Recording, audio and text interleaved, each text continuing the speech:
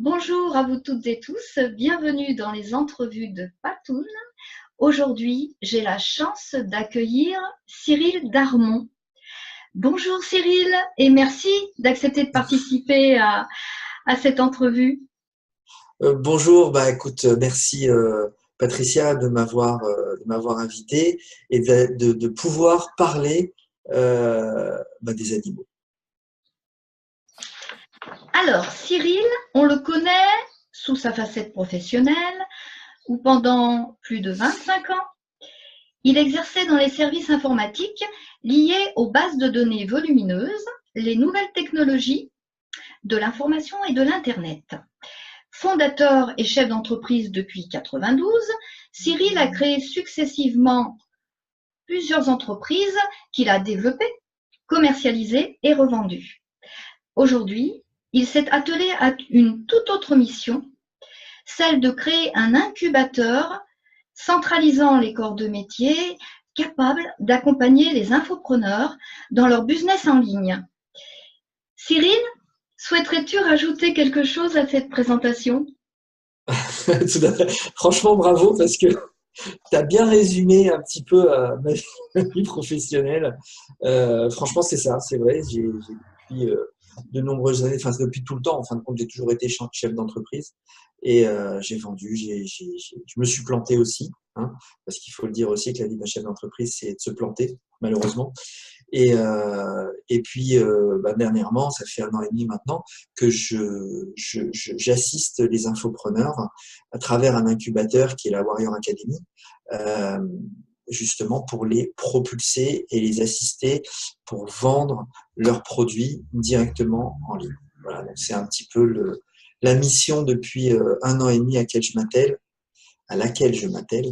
Euh, et vraiment, je fais ça euh, avec passion dans un premier temps, parce que c'est vraiment une passion de lier l'informatique et l'humain et de voir des belles réalisations qui sont en train de se faire. Mais Cyril, c'est aussi un amoureux des boules de poil. Vous allez le découvrir dans cette entrevue. Cyril, tu souhaites nous parler de Swiffer, ton lapin. Quand l'as-tu rencontré? Ah là là, les boules de poil, ça fait, en fin de compte, ça fait depuis que je suis tout jeune, que j'adore les animaux, les chiens, les chats, les chevaux. J'ai fait beaucoup d'équitation étant jeune. Euh, j'adore les animaux. Et même tout petit, je fais juste, avant de parler de Swiffer, même tout petit, j'avais un teckel à poils longs que mes parents ont gardé un week-end. Donc je m'étais attaché à lui, j'étais tout jeune, et puis ma mère ne supportait pas euh, le fait qu'il était tout jeune, il faisait pipi partout, et comme elle était très maniaque, elle supportait pas, donc elle l'a rendu. Qu'est-ce que j'ai pu pleurer quand j'ai vu ce petit animal partir et ne plus l'avoir avec moi.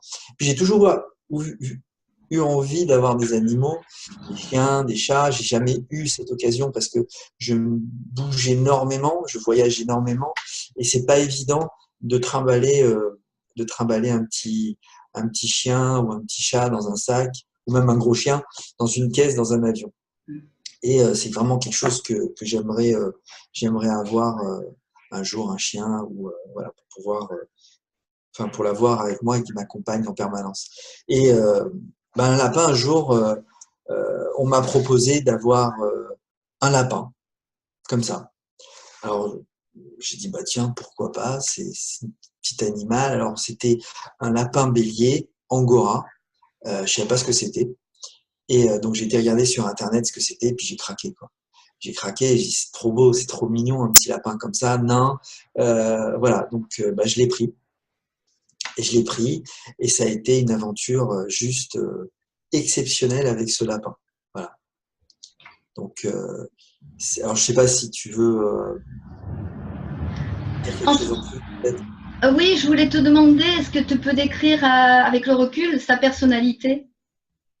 Ah oui, alors quand j'ai pris ce Swiffer, ce petit lapin, je me suis dit bon, un lapin, c'est pas super intelligent, quoi.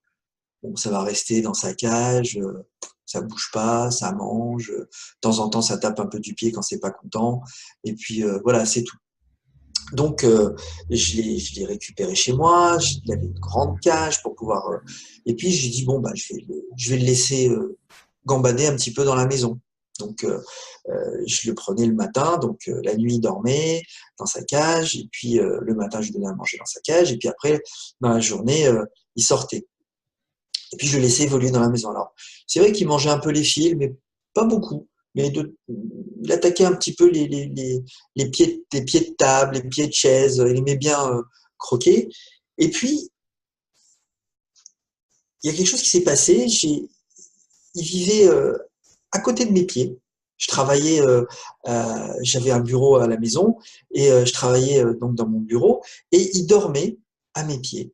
Je me levais pour aller dans la cuisine, pour aller voilà, dans la maison. Il me suivait. Et en fin de compte, le vétérinaire m'a dit bah, que j'avais élevé ce lapin comme un chat ou un chien qui se lève, qui me suit. Et en fin de compte, je l'ai écrasé plein de fois, le malheureux, parce qu'il marchait dans mes pieds. Donc, c'était trop mignon. Et puis, il était là, à côté de moi. De temps en temps, il me sautait dessus pour que je lui fasse une caresse, et puis il repartait. Voilà. Donc, je pensais vraiment que le lapin était bête. Ben, apparemment, pas si tant que ça. Parce que, franchement, euh, voilà. Et il n'y a pas longtemps, je l'ai revu parce qu'il vit plus avec moi maintenant. Hein, il vit avec mes filles. Et je l'ai revu, je l'ai appelé et il est venu directement dans mes jambes. Ça faisait très longtemps que je l'avais pas vu. Donc je me suis dit tiens, ben, un lapin ça a de la mémoire, un lapin ça reconnaît la voix. Euh, et puis j'étais bon bah il était trop mignon quoi. Voilà. Cyril, comment qualifierais-tu cette relation que tu avais avec ce lapin?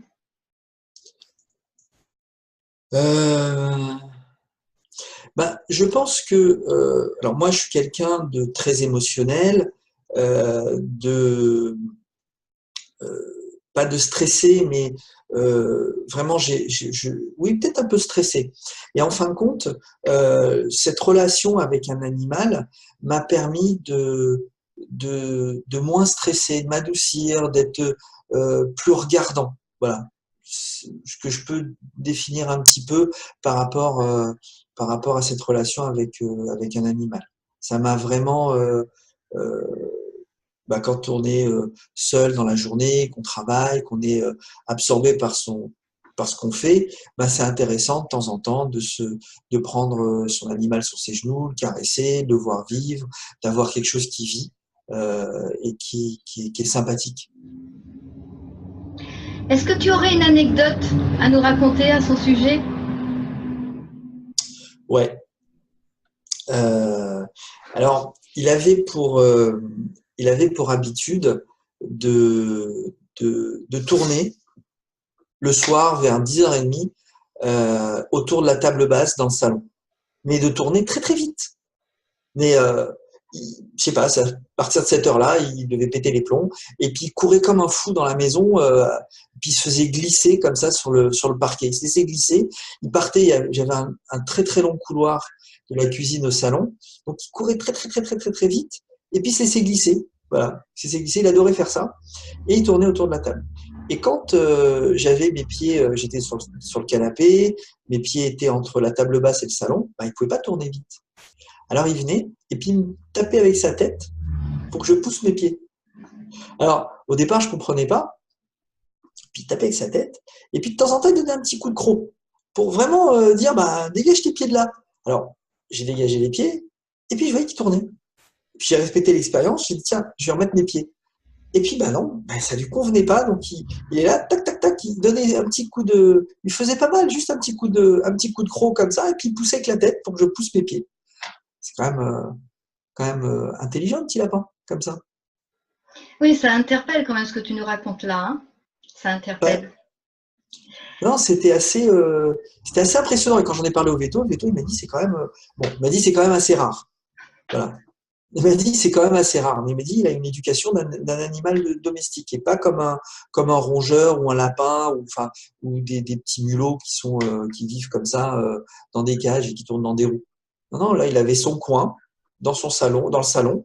Il avait son coin, il allait. Alors, un lapin ça dort, ça reste, ça bouge pas. Hein, voilà. Donc il avait son coin à côté de la télé.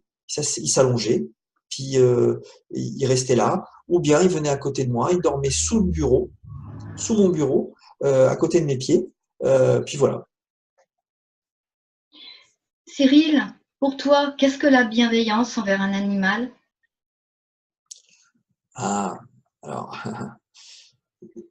déjà, déjà, avoir de la bienveillance envers les animaux, c'est avoir de la bienveillance euh, envers enfin, je dirais pas un être humain, parce que c'est pas comparable, mais ils ont de la vie, ils ont des sentiments, ils ont de la peine, ils ont de la rage, ils ont de la joie, et avoir de la bienveillance envers les animaux, c'est déjà respecter l'animal, c'est le considérer comme un être vivant. Hein. Il y a tellement de gens, moi j'ai vu sur Facebook des horreurs concernant des animaux battus, des chiens qui étaient attachés et avec des gens qui les battaient à coups de batte de baseball. C'est juste insoutenable. C'est juste insoutenable. Ou quand on voit, par exemple, pendant les vacances, des gens qui abandonnent les chiens sur des aires ou des chats sur des aires de repos, dans des stations-service, sur les autoroutes. C'est absolument abominable. C'est l'animal, lui, il est pas méchant comme je dirais l'être humain. Il a pas cette méchanceté, ce fond, cette rancœur. Un animal, je vais dire un truc con, mais on peut rentrer chez soi énervé, foutre un coup de pied au cul de son chien, il va crier, mais 5 minutes après, il va venir en remuant la queue. Il aura oublié.